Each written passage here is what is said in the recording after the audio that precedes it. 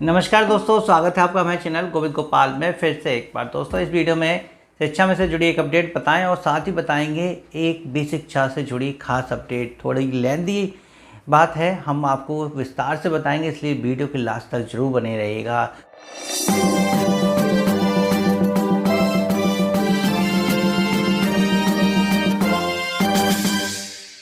शुरुआत में शिक्षा में से जुड़ी अपडेट में हम संक्षेप में बस इतना बताना चाहेंगे कि शिक्षा मित्र संगठन हो चाहे आम शिक्षा मित्र हो, सब आपस में मिलकर 5 जून की तैयारी कर लीजिए। 5 जून को एक खास दिन है और उस दिन अगर शिक्षा मित्र संगठन प्रयास करेगा, उससे पहले भी लगातार प्रयास करता रहेगा, तो शायद 5 जून को शिक्षा मित्रों को कोई उपहार मिल जाए। वैसे उपहार जब मिलते हैं, जब हमारा जन्मदिन होता है तो लोग हमारे लिए उपहार लेके आते हैं, लेकिन इस 5 जून को हमारे माननीय मुख्यमंत्री जी का जन्म दिवस है। जी हाँ, हमारे माननीय मुख्यमंत्री योगी आदित्यनाथ जी का जन्मदिन है। तो उस जन्मदिन पर आम शिक्षा मित्र अपनी बात कैसे रखेगा, ये संगठन तय करे, ये लोग आपस में बात करें।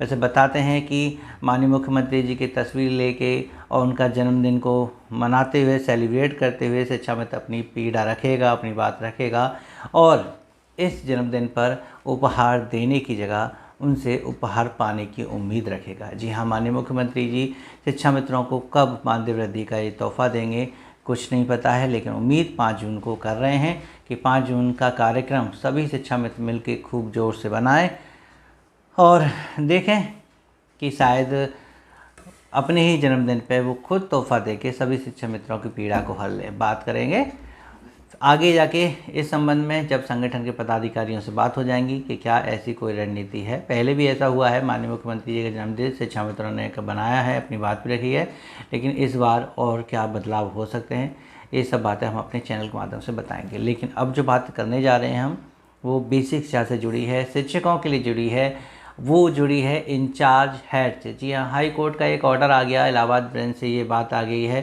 कि अब इंचार्ज हेड को हेड का ही वेतन मिलेगा।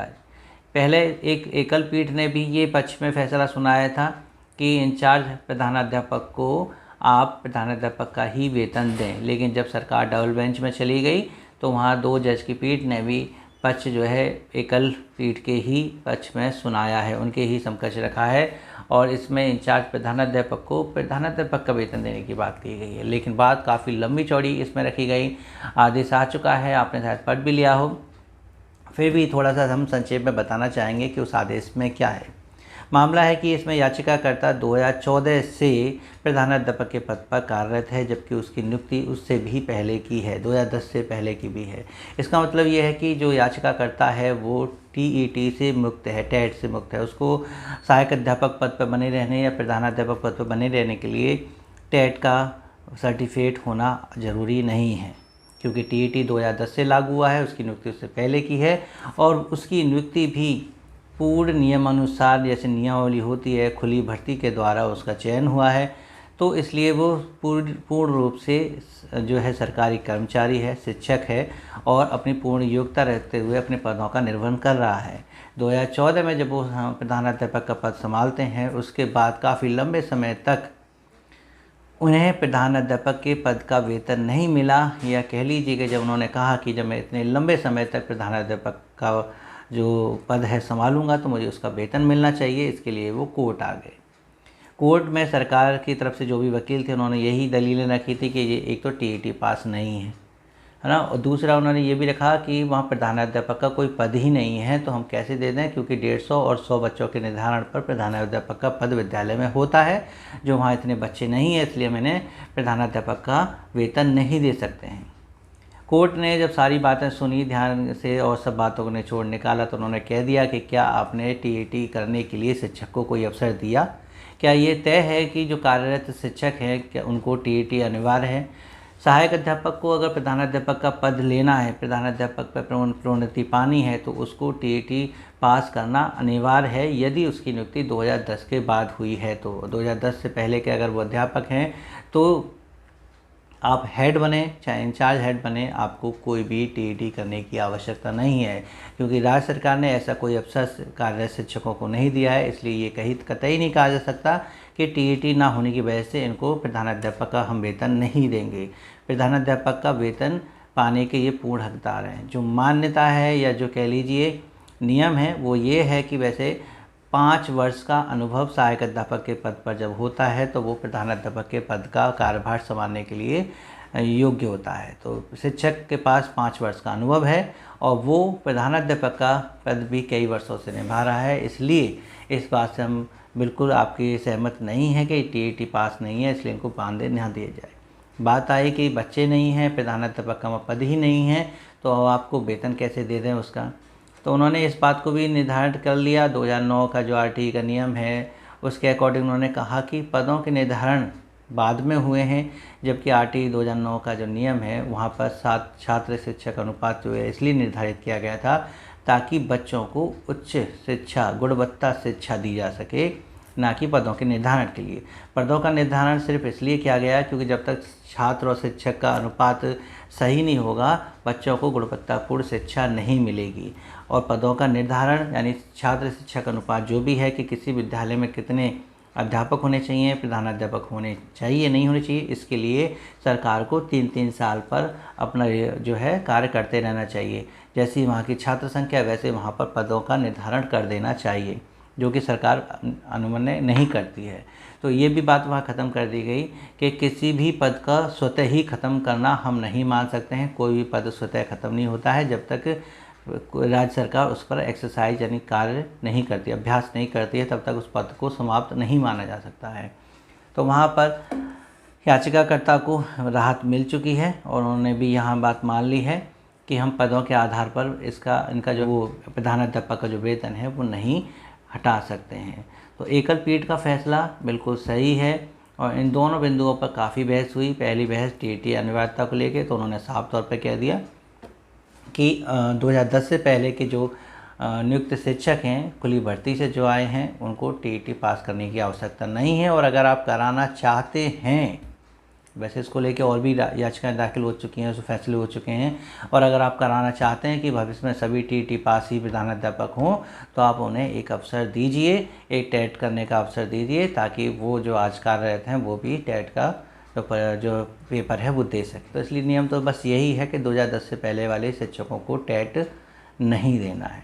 2010 से बाद जो है उनको ये फिक्स है कि यदि आपको प्राइमरी का हेड बनना है तो आपको जो है टेट पास करना पड़ेगा। और जूनियर में अगर जाना, ये भी देखो प्रोन्नति में ये भी बात है, इसका भी केस चला था कि प्रोन्नति में अगर आपको जूनियर में जाना है और आपके पास केवल प्राइमरी का टेट है तो आपको जूनियर में अब जाना पड़ेगा, चाहे आप कभी भी आपकी नियुक्ति हुई हो। इसको लेके केस भी चला था, कहा था कि नहीं, जो पुराने शिक्षक हैं उनको नहीं ऐसी कोई बाध्यता होनी चाहिए कि वो जूनियर में जाएँ तो उनके पास जूनियर का सर्टिफिकेट हो। 2010 के बाद के शिक्षक के लिए ही ये नियम है कि वो जूनियर में अगर प्रमोशन पाते हैं तो उनके पास जूनियर का टेट होना चाहिए। 2010 से पहले के शिक्षकों को भी जूनियर में जाने के लिए कोई जूनियर के टेट की आवश्यकता नहीं है। ये मैटर भी कोर्ट में अलग चल रहा था जिसका फैसला आया था। लेकिन बात अगर सिर्फ इसकी करें तो इस कोर्ट केस में जीत जो है इंचार्ज प्रधानाध्यापक की हुई है। याचिकाकर्ता को लाभ ये हुआ है कि सबसे पहले जो कोर्ट ने निर्देश दिए हैं, उन्होंने कहा है कि आप पहले ये सुनिश्चित कर लें कि किसी भी विद्यालय में इंचार्ज प्रधानाध्यापक वरिष्ठतम शिक्षक ही होना चाहिए, उससे जूनियर नहीं होना चाहिए, क्योंकि जूनियर को सीनियर से ज़्यादा वेतन नहीं देना है। इसलिए विद्यालय में इंचार्ज प्रधानाध्यापक हमेशा वरिष्ठतम शिक्षक ही हो, ये सुनिश्चित कर लें। इसके लिए 2 महीना आपके पास समय है, 2 महीने के अंदर आपको ये निर्धारित करना है। और जो वरिष्ठतम शिक्षक इंचार्ज प्रधानाध्यापक के पद पर कार्य कर रहे हैं और उनके पास यदि पूर्व में 5 वर्ष का शिक्षक सहायक अध्यापक का जो अनुभव है तो पिछले 3 वर्ष को प्रधानाध्यापक के पद पर मानते हुए उनको एरियर सहित वेतन देना होगा। यानी 5 साल का अनुभव था और वो हेड मास्टर के पद पर चाहे 3 साल से हों या 3 साल से पहले से हों, उनको पूर्व में 3 वर्ष से ही प्रधानाध्यापक माना जाएगा, उससे पहले नहीं माना जाएगा। तो इस कोर्ट ने 3 वर्ष का जो है अल्टीमेट टाइम दिया है, 3 वर्ष का आपका एरियर मिल सकता है और वेतन भी प्रधानाध्यापक का मिल सकता है। बहुत अच्छी खबर है। लेकिन देखते हैं कि क्या सरकार इस फैसले के खिलाफ सुप्रीम कोर्ट जाएगी, क्या इसका फैसला पूरे देश में सुप्रीम कोर्ट ही लिखेगा, उसी के आदेश का पालन होगा। जब इस बात पर सुप्रीम कोर्ट में बहस होगी तो ये मैटर थोड़ा और आगे जा सकता है। लेकिन सरकार के पास और भी कई विकल्प हैं। वो इस फैसले को निष्प्रभावी करने के और भी कई तरीके ढूंढ सकती है। कैसे होंगे इसको लेके हम फिर कभी अपनी वीडियो में आपसे बात करेंगे, अपने सीनियर के साथ आपसे अपनी जो विचार है वो साझा करेंगे कि क्या सरकार इस आदेश को मानने के लिए अब मजबूर है या इसके भी कोई और विकल्प ढूंढेगी। क्या आपको लगता है कि सरकार इतनी आसानी से इतने इंचार्ज सहायक अध्यापकों को प्रधानाध्यापक का वेतन देगी? क्या इससे वेतन विसंगतियाँ पैदा नहीं होंगी? क्या इससे जूनियर सीनियर से ज़्यादा वेतन नहीं पाएगा? इन सब चीज़ों को लेके क्या आपके मन में विचार है, नीचे कमेंट करके ज़रूर बताइएगा। बाकी हमारी वीडियो कैसी लगी ये भी कमेंट कीजिएगा। अच्छी लगे तो लाइक कीजिएगा, शेयर कीजिएगा और चैनल पर नए हो तो चैनल को सब्सक्राइब कर लीजिएगा। मिलेंगे आपसे अगली वीडियो में ऐसी ही कुछ नई अपडेट के साथ। तब तक के लिए नमस्कार, जय हिंद।